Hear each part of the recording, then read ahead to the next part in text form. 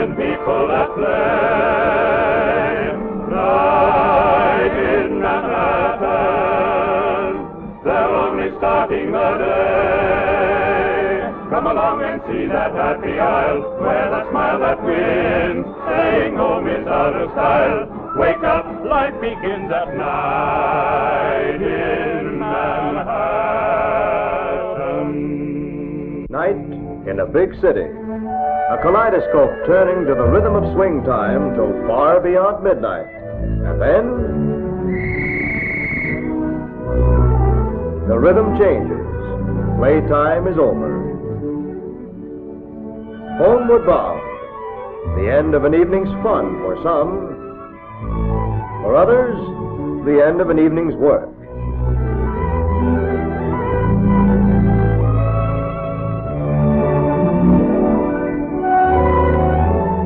The bright lights are no longer bright. The streets become quiet. Even steel and stone lose themselves in the dark stillness. And at last, the city is asleep.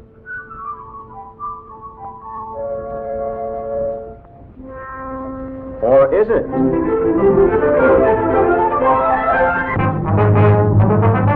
No, a vital part of the city is very much awake.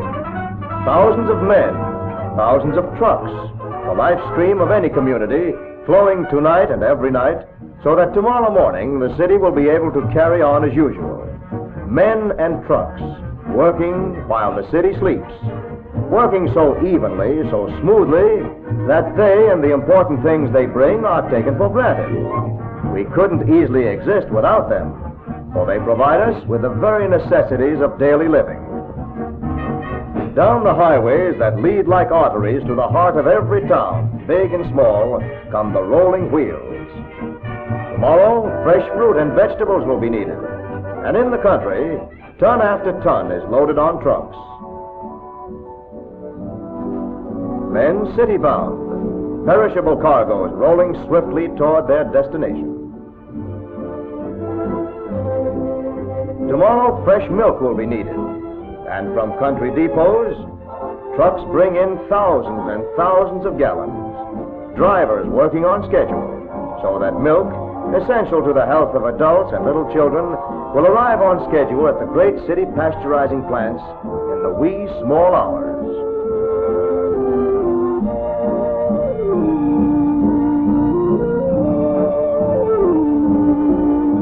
And moving forward steadily as the hands of the clock, a mighty flow of men and machines on every highway, so that you and I may have fuel for our cars tomorrow. So that you and I may read the newspapers tomorrow. So that tomorrow we may have electric power and fresh bread right out of the oven. The commodities we require, the luxuries we've become accustomed to. Fragile blossoms on the one hand, on the other, building materials of every kind, freight of every kind. That new automobile we ordered, everything moving ahead on trucks. Nearly every necessity, nearly everything that graces modern life, rolling through the dark and into the dawn, setting the stage for a new day that is almost here. And a very nice day it is, too.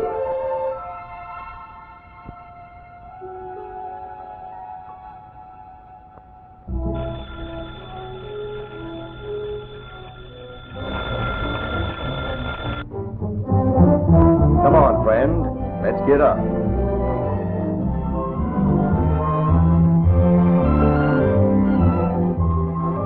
And now for him, as for millions of others, there begins again the daily routine. An immediate flood of clear, sparkling water. Commonplace, not worth a second thought. But commonplace only because of careful maintenance. Because night after night, watchful crews care for the giant pipelines, keep the water flowing. Commonplace, too, the electric toaster at the breakfast table. But behind the glowing coils are more men and more trucks in the night, maintaining power lines, doing difficult jobs that have to be done right. So that toasters toast, percolators perk, and electricity is available for any use at any time. Let's look at this typical breakfast, examine it more carefully, and find out just how it got on the table. Orange juice, of oranges arriving regularly from Florida or California. And there are trucks in the picture. Fresh cream, rich and smooth, carried 100 miles only a few hours ago by truck. And these eggs, direct from the farm. A truck brought them. Here's bacon that started for this table from 1,000 miles away. Coffee and the sugar that goes with it. Both from far-off places, and always trucks, trucks, trucks.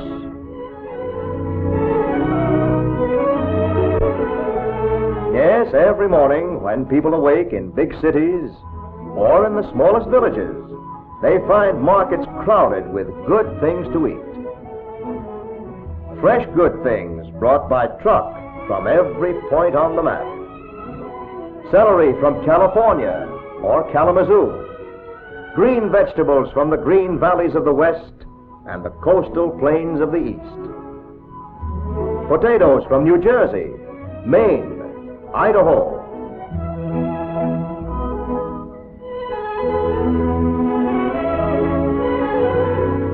Pork from the southwest or from up in Iowa or Illinois. Beef from Texas, Kansas, Nebraska. At the markets, fresh food of every variety, originating in 1,000 places. And at stores, fresh merchandise, thanks to trucks. Household articles of all kinds, originating in manufacturing plants throughout America. Refrigerators loaded in Ohio or Michigan for delivery in Oregon or Georgia. Furniture built in Chicago and Grand Rapids. Starting off by truck for New Orleans and Baltimore. Fabrics from the South, from the Eastern Seaboard. Clothing, dresses from New York, gloves from New England. Manufactured goods of every variety brought in by truck.